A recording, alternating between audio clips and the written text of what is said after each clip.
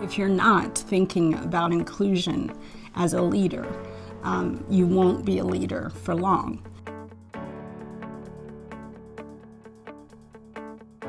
Diversity and inclusion to me means being appreciated and valued for your differences, and creating opportunities for those differences to exist. Diversity inclusion is a statement that requires action.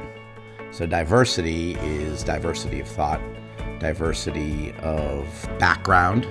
Inclusion is really giving everybody an opportunity to have a voice.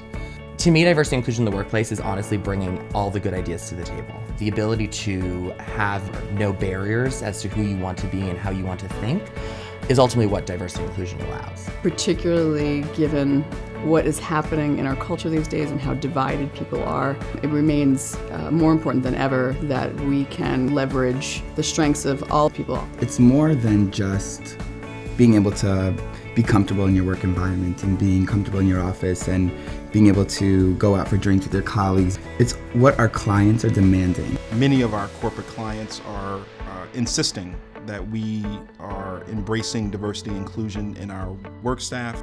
They want to know specifically what is the data around who's working on their matters, who's showing up to meetings, who's actually leading those matters, who's being compensated. These are oftentimes challenging legal issues that our clients are facing. They require creativity to achieve the right results, and we can only do that by having the right diversity in the room.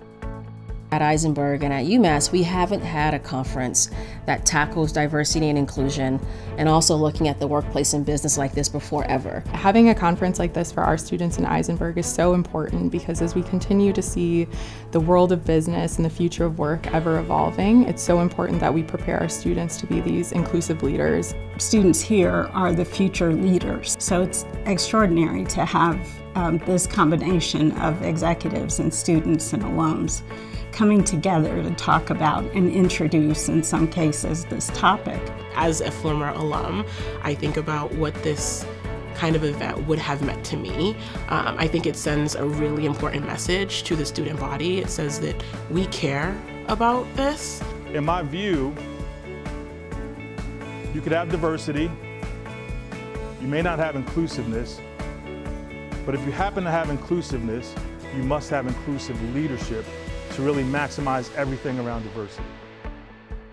So my motivation for being part of this event is simple. We hire so many students from UMass. We want to invest in the students, not that will just come to EY, but students who go out into the workforce. We believe in D&I so much that it's important that we spend time with students to share the values of D&I. And so I want to be a part of that. And that's why I'm here. That's why EY has been a big supporter, funder, and sponsor. Meeting people who genuinely care about you, and so it's the ability to take that and really run with it. Make some connections here, build some foundational relationships with people. When we think about business imperatives and growth and learning and career development, we need inclusive leaders in the workplace. And so an event like this says that here are some ways that we can start to create that conversation.